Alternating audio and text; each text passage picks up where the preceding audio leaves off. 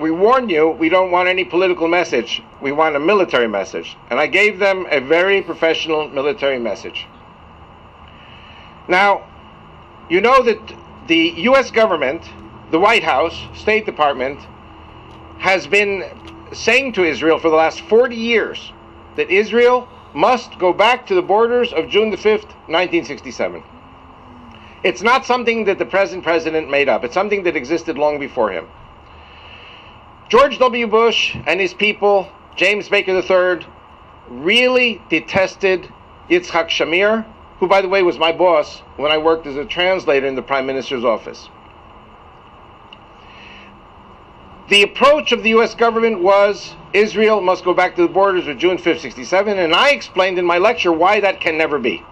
You know, I know all of you are thinking, is Netanyahu going to move Israel back to the borders of 67? The good news is it'll never happen.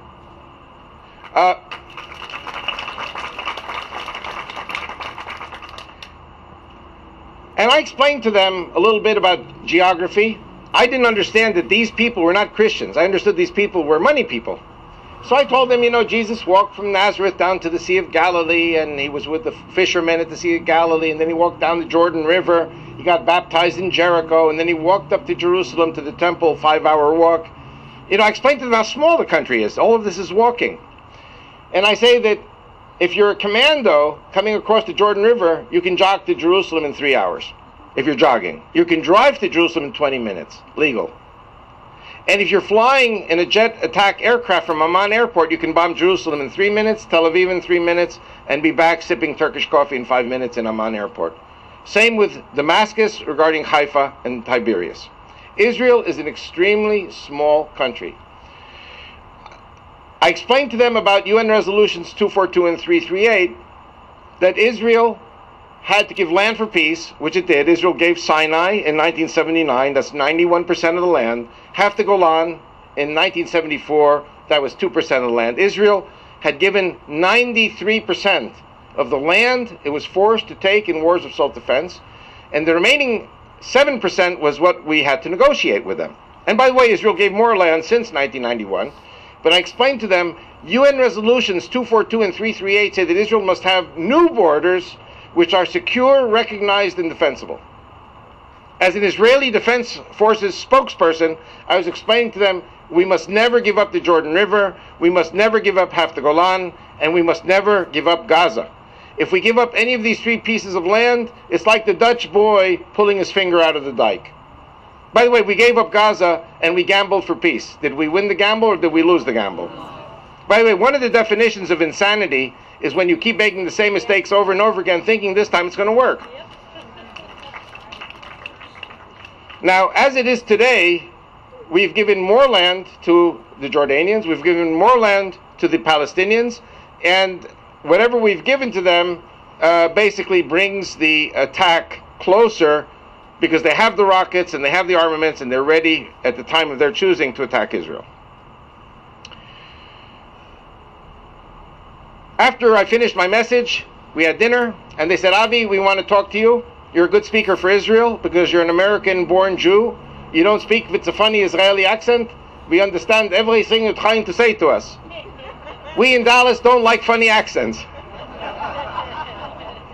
And then they said to me, you know, you have to understand 2 realities. You don't seem to understand realities. We're going to teach you realities tonight. Reality number 1, they said to me, by the way, is that my car over there? Because I saw a white van drive out. I hope it's not somebody didn't take my car and drive off. Okay. Could somebody just check the Florida plate van that it's still there? The one with the lights, is that Florida plate? Okay, good. Thank you. Because I saw exactly the same van drive off. Okay. It's like in the Hollywood movies, you know. Okay. Go running after my car. So anyway, so they said to me, they said, there are 2 things you have to understand. America is tired of paying for Israel's wars. America gave you an airlift in 73. We will never give you an airlift again. And another thing, we don't care about UN resolutions 242 and 338. You Jews will give the Arabs everything they want. The second thing, that's what they said to me. Second thing they said to me, there's only one thing that made America great, and that's the barrel of oil. The steady price of oil and the steady supply of oil, and we won't let the Jews get in the way. Is that clear? That's what they said to me. Now, I had two Christian couples there that night sitting next to me, and one of them got up shaking with my permission, and he asked permission to talk. I said, go ahead, I'm in shock. And he looked at these people. I was the only Jew in the room. I was the only Israeli in the room. Everyone else was American. And this Christian who was sitting next to me got up and looked at these people. He pointed his finger at them. He said, you call yourselves Christians? You say what made America great was the barrel of oil? You should be ashamed of yourselves. What made America great was not the barrel of oil. What made America great was Jesus Christ. And I want you to know something. I'm a Jew. I'm not a Christian. And I did not like Christians until that night. And all of a sudden the lights went on. I began to understand that America had a president by the name of Roosevelt, who was a socialist Democrat, and did everything he could to make sure that the Jews would not come out alive from the Holocaust. How many people know the story about the St. Louis, the ship that left Germany in 1939? It was not going to the U.S., it was going to Cuba with 900 Jewish refugees. And Breckinridge Long, how many people heard of Breckinridge Long? Breckinridge Long was your Undersecretary of State for Visas. He called the Cuban government, he said, cancel the visas, send the ship back to Nazi Europe. And the ship turned around, stopped by Florida, in three places. The U.S. Coast Guard circled the ship to make sure the Jews would not jump ship and swim to shore. Then it went by the Canadian Maritime Provinces, and Mackenzie King received a petition from hundreds of pastors that said, have mercy and let the children off the ship. And Mackenzie King said, one Jew is one Jew too many. And the ship went back to Belgium. 100 of the people managed to get out, but 800 of the 900 died in concentration camp. And there were three elements to the Jewish Holocaust in World War II. It was the Nazis, it was the Allies, and of course it was the Muslims in the Middle East who had the oil and had the power, because the Muslims said to the Nazis, you kill the Jews, we're with you. And then the Muslims said to the British, Canadians, and Americans, you keep the Jews locked in Nazi Europe and we're with you. And by the way, nothing was settled until the Battle of El Alamein, in which Rommel was finally defeated. But the Muslims were pro-Nazi. The Muslim Brotherhood, okay, we're going to start moving a little bit into the Arab Spring. The Muslim Brotherhood was a pro-Nazi organization founded in 1929 by Hassan al-Banna.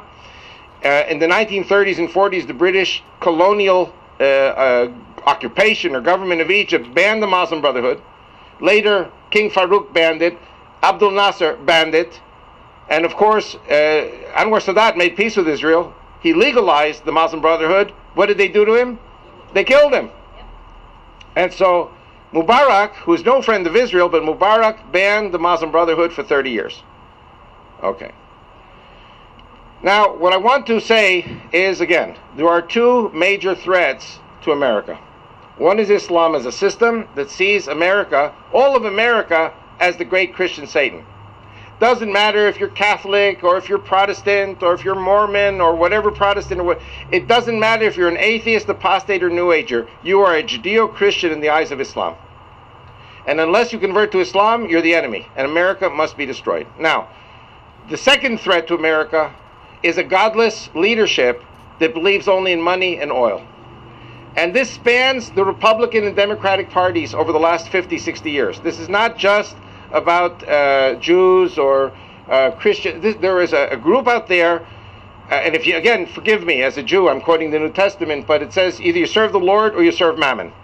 Mammon in Hebrew is Mammon. Mammon means money. And if you serve money and if you're bribed, you cannot serve the Lord. So 6 million Jews died because of people who were paid off by the Saudis. This thing has been going on with the Saudis for the last 70, 80 years. This is not a new thing. It's not a Republican thing. It's not a Democratic thing. And I had a big fight with Sean Hannity. I did one show and one show only with Sean Hannity on WABC. And I said all American presidents were bribed by the Saudis. And he said, are you saying George W. Bush is a traitor? I said, I didn't say traitor. I said all American presidents were bribed by the Saudis, because if the American economy is married to Saudi Arabia, then you have to do what the Saudis say. So what if you leave the White House and then you get $17 billion, which is what the Bushes received when they left the White House in 1992. So Clinton received $20 million. Everybody's receiving money from the Saudis. They're equal opportunity bribers. Okay. Now, listen.